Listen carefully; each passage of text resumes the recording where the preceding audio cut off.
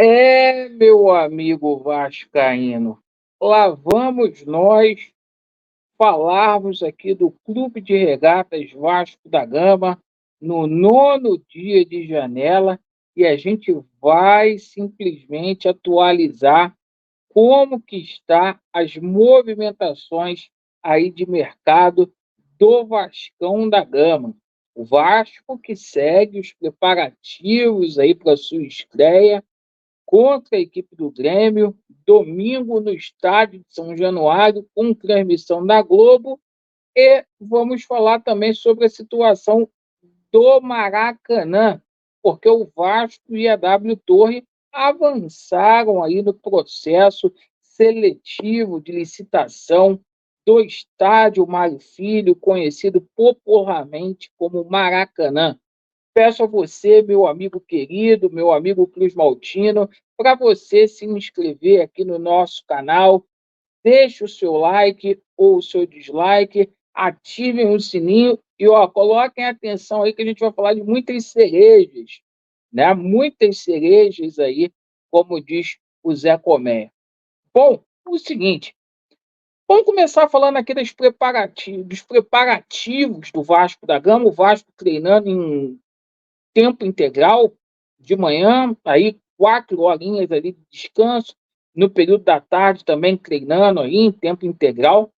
O Vasco da Gama que inicia a competição mais importante no domingo, diante ali do nosso rival, o Grêmio, né? Recém-campeão aí do Campeonato Gaúcho. O Ramon Dias está escalando o time ali com dois zagueiros. Você concorda? Você discorda? Você acha que o Vasco tinha que ir com 3 zagueiros? Deixem aí. O Ramon Dias está treinando da seguinte forma, tá? Léo Jardim, PH, Medel, Léo, Piton, Zé Gabriel, Esforza, Adson, David, Cleiton e Vegete. Esse tem sido o time do Vasco da Gama nos treinamentos, tá? Então, ali o substituto do Paê, que fica fora pelo menos até a quinta rodada do Campeonato Brasileiro, por conta de uma lesão no joelho, será o nosso Adson, né? Bom, o seguinte, esse é o Vasco aí que deve ir para campo contra a equipe do Grêmio. A gente coloca agora para vocês a situação do Maracanã aqui de forma imediata, para a gente não perder tempo, porque os consórcios ali, Vasco e W Torre, e Flamengo e Fluminense seguem habilitados, né, para a segunda fase da licitação do Maracanã, a arena que cuida lá do Mané Garrincha, né, a Arena 360, foi desclassificada desse processo seletivo, tá? A tendência é que o governador do estado do Rio de Janeiro, Cláudio Castro, finalize esse processo licitatório até ali o mês de maio. Então, mês que vem a gente vai ter um martelo batido, né? Serão abertas ali as propostas financeiras e o consórcio que pegar o Maracanã ficará responsável ali 20 anos por cuidar ali do estádio Mário Filho. Bom, agora a gente vai falar aqui sobre a situação envolvendo reforços aí no Vascão da Gama, né? Porque o Urubu Otário, a 77 tem dinheiro pra caralho. E o seguinte, o Marlon Freitas, que foi muito colocado aí no Vasco.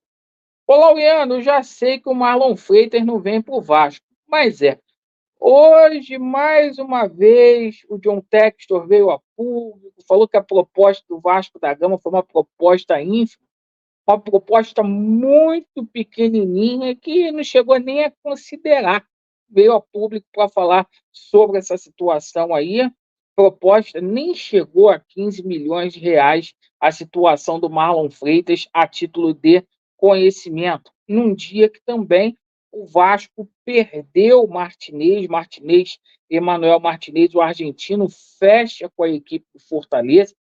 E olha, cara, que o Fortaleza pagou ali 10 milhões, parcelou em 6 vezes o jogador, uma proposta de compra, ali 10 milhões, em 6 vezes, o Vasco não conseguiu fazer uma proposta melhor do que a proposta do Fortaleza.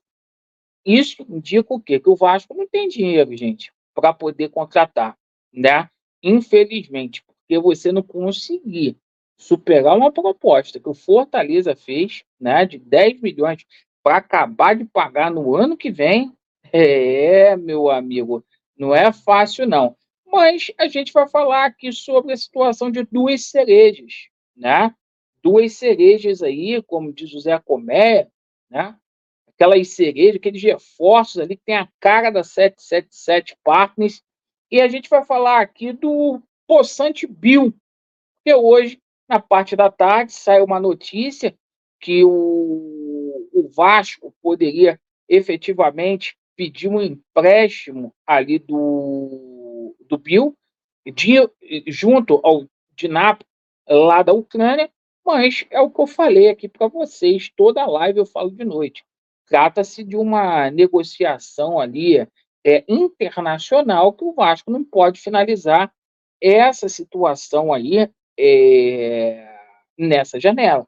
Essa janela é só doméstica. Só que as pessoas ficam forçando a situação aí com o jogador, e ontem o jogador disse que não está nem em condição de jogo, tá, pessoal? Então a cereja, o poçante Pio, não vem, tá? Mas parece aí que nas últimas horas, né, a cereja que vai resolver todos os problemas aí do meio-campo do nosso bravíssimo Ramon Dias, o grande Kaique, tá? Parece que o Vasco está conseguindo convencer o Juventude a liberar o atleta. Kaique também tem proposta de outros clubes aí, mas que o Vasco da Gama está fazendo um esforço ali para poder contratá-lo, né? Grande Kaique aí, né? Essa cerejaça que vem para resolver os problemas. E o Vasco também trata da situação do jogador Hércules, tá? Mais uma vez foi dito aí pelo jornalista Jorge Nicola, o Hércules, jogador do Fortaleza, que estava lesionado, um jogador que é uma joia aí do Fortaleza, que tem 23 anos, né? O Vasco fez uma consulta aí pelo jogador, né? E o Vasco aguarda aí a situação do aval da 777 para dar prosseguimento às situações. Mas parece que o primeiro deve chegar aí, que é o nosso bravíssimo Kaique, né? E o seguinte, Laureano, como que anda a situação de patrocinador? 3 meses sem patrocinador master, Vasco sem patrocinador. E a situação do diretor executivo de futebol? Ninguém cobra, ninguém fala. Perfeito? Então, tamo junto, galera. Vasco neles e a verdade prevalecerá. Valeu!